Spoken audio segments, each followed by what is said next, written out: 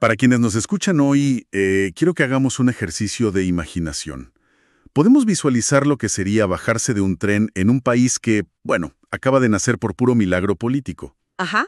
Una nación que tras siglos de estar completamente dividida, por fin logró unirse. Pero, y este es el gran pero, donde su gente vive absolutamente aterrorizada de que todo el país se desmorone, o sea, de que se rompa en pedazos a la mañana siguiente. Es una imagen fascinante para arrancar. Porque, hoy en día solemos mirar los mapas de Europa y vemos esas fronteras como si fueran bloques de piedra inamovibles, ¿verdad? Claro, asumimos que siempre han estado ahí. Exacto, siempre han estado ahí. Pero a finales del siglo XIX, Italia era como un rompecabezas. Y las piezas de ese rompecabezas habían sido forzadas a encajar apenas unas décadas atrás. Y pues eso es exactamente lo que vamos a explorar en nuestra inmersión profunda de hoy. Tenemos en nuestras manos un material increíble. Son las Crónicas de Viaje de 1888 de Benito Pérez Galdós. Una obra maravillosa de vuelta de Italia. Sí, esa misma. Y la misión de nuestro análisis hoy no es repasar una lección de historia seca y aburrida, sino, ver a través de los ojos de uno de los observadores más agudos de la época. Que además tenía un sentido del humor muy particular. Totalmente. Vamos a descubrir cómo esta, nueva nación lidiaba con el peso aplastante de su pasado artístico. También el drama de un papa sin reino, el triunfo de las historias inventadas sobre la realidad y el nacimiento de algo de lo que todos nos quejamos hoy. El turismo masivo. El turismo masivo, exacto. Y lo brillante de las Crónicas de Galdós es que, él actúa casi como un sociólogo adelantado a su tiempo. No se limita a describir monumentos o fachadas bonitas. Ajá. Él literalmente radiografía el alma de una sociedad que está en plena crisis de identidad. Está tratando de entender qué significa realmente ser italiano. Pues vamos a desglosar esto comenzando precisamente por esa sensación de pánico nacional. Galdós llega a Roma en un momento de muchísima efervescencia política. Sí, una tensión enorme. Y nota que la obsesión absoluta de todo el país es una sola palabra: unidad. Así es. Y para entender el mecanismo detrás de este miedo, hay que visualizar ese rompecabezas del que hablábamos. Antes de esta unificación, Italia no era un país, era más bien una expresión geográfica. O sea, un montón de reinos sueltos. Exactamente. Venecia había pertenecido a un imperio extranjero, Roma estaba sostenida por tropas francesas, el sur era otro reino completamente distinto. ¡Wow! Entonces, cuando por fin logran unir todas estas piezas tan diferentes bajo un solo gobierno, el país entero queda en un estado de asombro y, de terror. El miedo a que se vuelva a romper. Claro, Galdós observa que ese miedo a volver a fragmentarse es tan grande que acalla cualquier debate interno. Hace que todos apoyen ciegamente alianzas militares internacionales masivas, solo para sentirse protegidos. Pero hay un problema gigantesco en medio de este rompecabezas.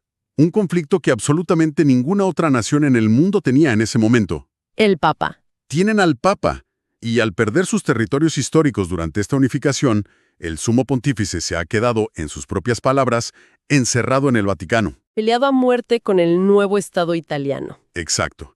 Es una frontera literal y súper tensa. Galdós describe cómo pasas una puerta de bronce. Y de un lado están los soldados del rey. Y del otro la guardia suiza del Papa. Sí.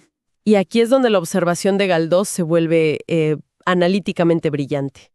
Él reporta un argumento fascinante que circulaba en los pasillos de Roma en esa época. A ver.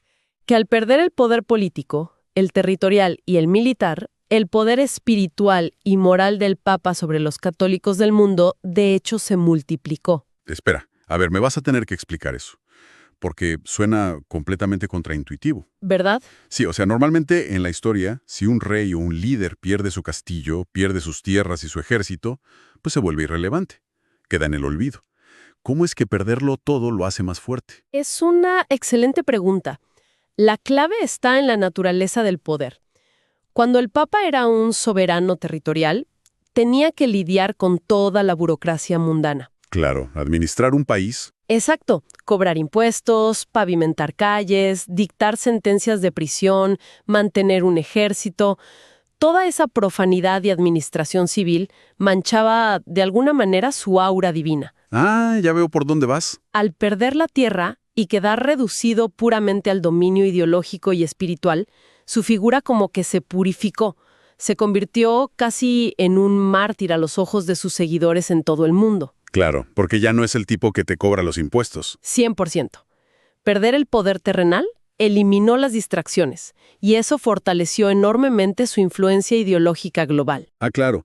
Si lo pensamos con una analogía moderna, o sea, del mundo corporativo, es como si el fundador visionario de una empresa inmensa perdiera el control de la junta directiva Ajá. y lo echaran del edificio principal de la empresa. A simple vista es una derrota absoluta, ¿no? Totalmente. Pero al despojarse de toda esa burocracia aburrida de pagar nóminas y lidiar con demandas laborales, pues gana una lealtad absoluta y un estatus de culto. Entre millones de seguidores. Exacto. Su voz se vuelve intocable porque ya no está manchada por la operación diaria. Esa es exactamente la dinámica. Y aunque a largo plazo el Estado italiano tenía las de ganar porque controlaba el ejército y la economía real. Sí, la vida práctica. Exacto. El Papa resguardaba un imperio dentro de los muros del Vaticano que nadie, pero nadie podía arrebatarle. Un imperio psicológico basado en el arte. Lo cual nos lleva a un punto fascinante de estas crónicas. Porque si el Papa ya no tiene un ejército físico, uno se pregunta cómo proyecta su poder, ¿no? Pues con el peso aplastante de la historia y la estética. Y Galdós nota una ironía maravillosa al recorrer el Vaticano. Las mismas mentes que lideran el cristianismo fueron las que rescataron y conservaron celosamente las estatuas paganas de la antigüedad. Sí, es un contraste loquísimo. Los patios están literalmente llenos de dioses griegos y romanos. Es la apropiación de la belleza, independientemente de su origen religioso. Pero donde Galdós realmente desarrolla su teoría sobre el impacto psicológico del arte es cuando contrasta a los grandes genios del Renacimiento. Ajá. Y todo su análisis orbita alrededor de una figura titánica, Miguel Ángel. Y aquí es donde la crónica de viaje se lee casi como una novela de misterio. Porque Galdós entra a una pequeña iglesia a oscuras, la de San Pedro Advíncula, para ver la famosa escultura del Moisés de Miguel Ángel. Una obra imponente. Pero, en lugar de describirla como una obra delicada y hermosa, la describe como monstruosa. Sí, usa palabras muy fuertes. Dice que sintió un terror inexplicable, que la escultura estaba llena de desproporciones anatómicas, con unos cuernos y una barba inmensa, y que parecía estar viva y a punto de levantarse llena de ira. Y esa descripción de lo monstruoso, ojo con esto, no es una crítica negativa. Es el mayor de los halagos. ¿Así? ¿Sí? Lo que Galdós nos está explicando es el mecanismo interno del genio. Él observa que la grandeza de Miguel Ángel radicaba precisamente en atreverse a romper las reglas de la naturaleza. O sea, no buscar la proporción perfecta. Exacto. Mientras que otros artistas, como Rafael, por ejemplo, buscaban la perfección anatómica absoluta, Miguel Ángel operaba en otra dimensión completamente distinta. Claro, le importaba otra cosa. Él distorsionaba deliberadamente las proporciones de un brazo o un torso, todo para inyectar una energía abrumadora, una fuerza teológica. Quería transmitir la ira divina, no hacer un manual de anatomía médica. Es decir, sacrificaba la corrección técnica en favor de la pura emoción cruda. Exacto. Y el problema vino después, con los imitadores. Uy, me imagino. Galdós es muy, pero muy duro con escultores posteriores como Bernini, cuyas obras plagan Roma por todas partes. ¿Y qué dice de ellos? Pues que los seguidores intentaron copiar esa grandiosidad hiperbólica de Miguel Ángel, haciendo figuras súper retorcidas y dramáticas, pero sin la idea central profunda. Solo la cáscara. Exactamente. El resultado, según Galdós, son estatuas frías con ropajes almironados que gritan mucho, pero no dicen absolutamente nada. ¡Wow! ¿Sabes a qué me recuerda esto? ¿Y por qué creo que es tan relevante hoy para nuestra audiencia? A ver. Plantea la gran duda de si la perfección está sobrevalorada, especialmente ahora que debatimos tanto sobre el arte generado por inteligencia artificial. Uy, sí, gran tema. O sea, una IA puede generarte una imagen impecable, con proporciones perfectas, sin un solo error de iluminación. Pero te deja completamente frío. Exacto. Es como Rafael en esta historia. Técnica impecable, pero sin fricción. En cambio, si ves una película grabada en celuloide de los años 70, con grano en la imagen, sombras duras... Tal vez un encuadre un poco torcido. Sí, esa imperfección humana resuma emoción y se te queda grabada en el alma. Miguel Ángel tenía esa alma desbordada. La perfección vacía. Y esta idea de que una estatua deliberadamente desproporcionada puede sentirse más viva e impactante que la realidad natural. Ajá. Bueno, es el puente conceptual perfecto para el siguiente hallazgo de nuestro viajero. Porque si una pieza de mármol distorsionada tiene más alma que una anatómicamente perfecta, ¿Qué pasa cuando una persona que nunca existió tiene más peso que la historia real de toda una ciudad? exacto. Y así es como llegamos a Verona, en el norte de Italia. Una ciudad bellísima. Físicamente, Galdós nos describe una ciudad impresionante. Nos habla de los sepulcros góticos de la familia Escalígero, joyas arquitectónicas auténticas de los verdaderos príncipes que forjaron la ciudad en el siglo XIV. Monumentos históricos de un valor incalculable. Sí, pero adivina qué. A nadie le importan. Galdós se da cuenta de que las multitudes de viajeros no van a ver una por la historia real. Van buscando a Romeo y Julieta. Quieren ver la casa de Julieta. Y aquí la ironía alcanza su punto máximo, porque Galdós, con su ojo sumamente crítico, va a buscar esta famosa casa de Julieta. Y lo que encuentra destroza cualquier ilusión romántica que uno pudiera tener. Me imagino que no es un palacio renacentista. Para nada. El mecanismo de la trampa para turistas ya estaba en marcha a todo motor. Resulta ser una posada ruidosa, sucia, llena de arrieros, carros y vendedoras de fruta. ¡Qué locura! Un lugar vulgar donde la fantasía no tiene ni un milímetro para respirar. Bueno, déjame adivinar. La famosa tumba de Julieta es aún peor. Mucho peor, pero de una manera fascinante. Galdós relata cómo va al huerto de un antiguo convento, y el escenario parece un chiste. ¿Por qué? Hay maquinaria agrícola a la venta por todas partes, y bajo un techo en ruinas encuentra la supuesta tumba. No es un altar majestuoso ni nada parecido. ¿Y entonces qué es? Es un antiguo sarcófago de mármol que, según las propias palabras de Galdós, tiene la forma y el aspecto exacto de una tina de baño moderna. No te lo puedo creer. Una tina de baño en medio de tractores y carretillas. Bueno, vacía de huesos sí, pero llena hasta el borde de tarjetas de presentación. ¿Tarjetas de presentación? O sea, como decir, hola, soy Juan, contador, y estuve en la tumba de Julieta. Literalmente. Galdós observa, entre fascinado y divertido, cómo hordas de turistas llegan en estado de devoción casi religioso.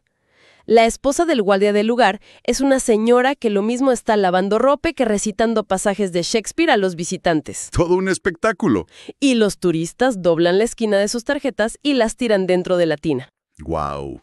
Y cuando la tina se desborda de cartón, el guardia saca las tarjetas, escoge las de los duques, condes o personas famosas. ¿Y qué hace con ellas? Las clava en la pared para exhibirlas.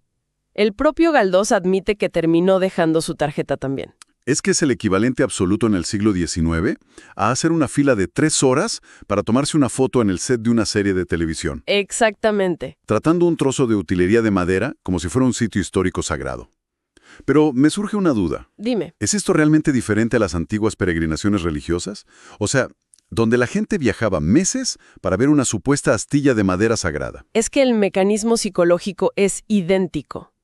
Y esa es la brillante conclusión sociológica a la que llega Galdós. Él sabe perfectamente que Julieta probablemente nunca existió. Claro. Sabe que la tumba es una tina de baño falsa. Pero concluye que eso no importa en lo más mínimo. La ficción ha vencido a la realidad por goleada. Es increíble el poder de las historias. Galdós reflexiona que Otelo es mundialmente más famoso que cualquier líder real de la historia de Venecia, y que Don Quijote vive de manera mucho más tangible en la mente humana que, no sé, el Cid Campeador histórico. Claro, nos demuestra que, en el fondo, no nos importa la verdad histórica. Lo que la humanidad busca es un escenario, por más vacío y absurdo que sea, para poder proyectar sus propias emociones colectivas. Exacto. Se venera la emoción del primer amor, no a la piedra de la tumba. Es la emoción humana la que vuelve sagrado a un lugar comercial y vulgar. Es poesía creada por la intención del turista, no por el lugar en sí. Pero espera, ¿cómo llegaron todas esas personas a dejar tarjetas en una tina de baño en primer lugar? Porque miles de personas no aparecen de la nada en Verona por arte de magia. Claro que no. Tiene que haber toda una industria detrás moviéndolos, ¿no? Y ese es el siguiente gran fenómeno que Galdós disecciona cuando llega a Venecia. Él está presenciando el nacimiento de la maquinaria industrial del turismo moderno. Venecia, me imagino el choque. Sí, Venecia le parece un paréntesis en la vida civilizada. Observa que no hay caballos, no hay polvo, no hay ruido de ruedas, solo el silencio, los remos y las palomas en San Marcos. ¡Qué paz! Pero este remanso antiguo estaba siendo colonizado por un nuevo tipo de visitante. Aquí es donde Galdós nos habla de las guías de viaje, ¿cierto? Muestra un contraste muy interesante. Por un lado, alaba muchísimo a las famosas guías Baedeker. Oh, sí, eran la Biblia del viajero. Las describe como el mejor amigo del viajero independiente porque eran absolutamente incorruptibles. No aceptaban sobornos de restaurantes para recomendarlos, te decían exactamente cómo no dejarte estafar y cuánto dar de propina. Eran la herramienta perfecta para el viajero que realmente quería entender su entorno. Pero el contraste fuerte viene con su crítica durísima a las excursiones de la agencia Thomas Cook. Ah, el famoso Thomas Cook. Thomas Cook fue pionero en inventar los billetes circulares y los viajes en grupo con todo incluido. Galdós observa estas caravanas masivas de turistas y las describe, literalmente, como rebaños. ¡Rebaños! ¡Qué fuerte! Grupos obligados, y cito el concepto central de su queja, a comer, dormir, divertirse y admirarse exactamente a la misma hora y con arreglo a un plan invariable. Me da muchísima risa leer esta parte porque nos comprueba que las quejas sobre los turistas existen desde hace más de un siglo. 100%. 100%. La crítica de Galdós es calcada, o sea, es idéntica a la que le haríamos hoy a esos terribles tours de 10 países europeos en 5 días. Uy, sí, agotadores. Esas excursiones donde la gente se baja del autobús completamente exhausta, toma la foto reglamentaria frente al monumento sin tener la más mínima idea de qué demonios están viendo. Compran el imán para el refrigerador y de vuelta al autobús. Exacto. Compran el recuerdo y vuelven a subir. Es viajar sin experimentar absolutamente nada. Es la alienación total de la experiencia de viaje. El viajero se convierte en un producto en una cinta transportadora. Pero, y aquí hay que entender el mecanismo histórico detrás de esto. A ver. Lo que Galdós está presenciando es la democratización del viaje. Claro, el acceso a las masas. Exacto. Antes de esto, viajar a Italia por placer era el Gran Tour, algo exclusivo de aristócratas con muchísimo dinero y tiempo libre. Gracias a los trenes y a estas agencias de paquetes turísticos, la clase media por fin podía salir a ver el mundo. Tenía que haber un costo. Y el costo de esta accesibilidad masiva fue, inevitablemente, la estandarización y la pérdida de la experiencia profunda. Y mientras Venecia parece flotar en esta burbuja de canales, turistas en rebaño y palacios que se hunden lentamente, nuestro viajero encuentra en otra ciudad, en Florencia, lo que realmente mantiene unido a este país recién nacido. El verdadero ancla. Porque si volvemos a nuestro punto de partida, a ese rompecabezas que estaba aterrorizado de romperse, ¿qué es lo que evita que se desarme? Esa es la gran pregunta. No es el rey, no es el papa, y tampoco es el ejército. Es el idioma. El idioma. Sí, Galdós dedica una profunda reflexión a la figura de Dante Alighieri en Florencia y señala un hecho que, si lo piensas un momento, es un milagro histórico. ¿Cuál? Que Dante no solo escribió obras maestras indiscutibles como la Divina Comedia, él literalmente forjó y cristalizó el idioma italiano moderno. Pero a ver, expliquemos cómo funciona esto en la práctica para quienes nos escuchan. ¿Cómo unifica un idioma a una península entera? O sea, ¿cómo compite un poeta contra ejércitos y fronteras físicas? Piensa en el mecanismo de la cultura diaria, cuando comerciantes de distintas ciudades o campesinos o nobles empiezan a usar los mismos modismos, Ajá. a reírse de las mismas bromas, a insultarse y a comerciar usando las exactas estructuras gramaticales que Dante elevó a la literatura. Se crea una frontera invisible. Una red de conexión. Exacto, una red de entendimiento mutuo que ningún ejército puede dibujar en un mapa.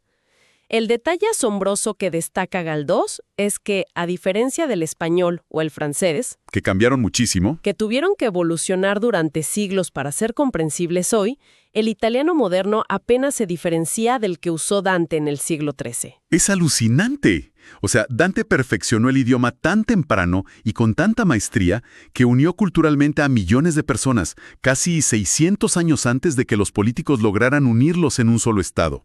Y esto sintetiza perfectamente todo el viaje de Galdós. Vio a políticos sudando frío para mantener alianzas militares frágiles, a papas y reyes peleando amargamente por palacios de piedra y poder terrenal, Sí, la política del día a día. ¿Oyeron la verdadera nación? El espíritu perdurable de Italia fueron sus artistas y sus poetas. Galdós menciona la tumba de Maquiavelo en la iglesia de Santa Croce para recordarnos justamente esto. Las ideas son el verdadero cimiento. Dante fue el arquitecto definitivo. Mientras los papas y los príncipes construían palacios de mármol que, bueno, con los siglos terminaron hundiéndose, saqueados o reducidos a fondos para fotos de turistas, Dante construyó algo inmortal. Dante construyó un palacio inmaterial de palabras. Y lo increíble es que toda una nación sigue habitando ese mismo palacio de palabras todos los días. Cada vez que piden un café o cuentan una historia. Totalmente. Es la demostración absoluta de que el poder de la cultura siempre termina superando al poder del Estado. Pues con esa gran reflexión llegamos al cierre de nuestro recorrido de hoy. Si recapitulamos lo que hemos extraído de estas maravillosas crónicas, vimos contrastes fascinantes, ¿no? Sí, un viaje increíble. Vimos cómo el poder del Papa paradójicamente se hizo más fuerte y puro al perder su reino físico y toda esa burocracia terrenal. La fuerza de lo espiritual. Entendimos, a través de la supuesta monstruosidad de Miguel Ángel, que el arte no busca la perfección técnica, sino la transmisión abrumadora de la emoción humana. Ajá. Nos reímos en Verona, descubriendo cómo una tina de baño vieja demostró que los seres humanos preferimos 1000 veces una ficción compartida antes que la fría realidad histórica. Esa fue la mejor parte. Y fuimos testigos de cómo, ya en 1888, la maquinaria industrial estaba creando al turista moderno empaquetado y apresurado en Venecia. Todo esto bajo la mirada de un viajero que comprendió que las naciones no se sostienen por sus fronteras militares. Se sostienen por sus mitos, su arte y la imaginación colectiva de su gente. Y esto nos deja con un pensamiento final, algo muy provocativo para que nuestra audiencia se lo lleve y lo analice en su día a día. A ver. Galdós vio cómo la pura fuerza de la literatura de Shakespeare volvía sagrada una vieja posada, y cómo las guías de viaje empezaban a dictarle a la gente dónde pararse y qué admirar. Hoy, en pleno siglo XXI, estamos inmersos en una realidad dominada por la inteligencia artificial. Totalmente. Por algoritmos de redes sociales que nos dictan los 10 lugares secretos que supuestamente debemos visitar. Y por influencers que nos enseñan qué emoción exacta debemos fingir para lograr la fotografía perfecta. Todo está ionizado. ¿Todo? Entonces cabría preguntarnos, cuando viajamos siguiendo ciegamente el guión que nos marca una pantalla, ¿estamos perdiendo nuestra capacidad de experimentar el mundo físico de manera auténtica? Es una gran pregunta. ¿O acaso Galdós, con su mente superanalítica, ya había descubierto hace más de un siglo que el verdadero destino de un viaje nunca ha sido la piedra, el edificio o el paisaje en sí mismos? Sino lo que proyectamos en ellos. Exacto, sino la inmensa y poderosa ficción compartida que nosotros decidimos proyectar sobre ellos. Tal vez, esas fronteras gruesas y sólidas en los mapas de las que hablábamos al principio, siempre han sido nada más que un lienzo vacío. Y nosotros somos los que pintamos el mundo. Así es. A través de nuestras historias y emociones, seguimos siendo los únicos que realmente le damos sentido a esos lugares. Me encanta esa conclusión. Ha sido un verdadero placer compartir esta inmersión profunda con nuestra audiencia. Sigan cuestionando, sigan explorando y, bueno, nos encontramos en la próxima.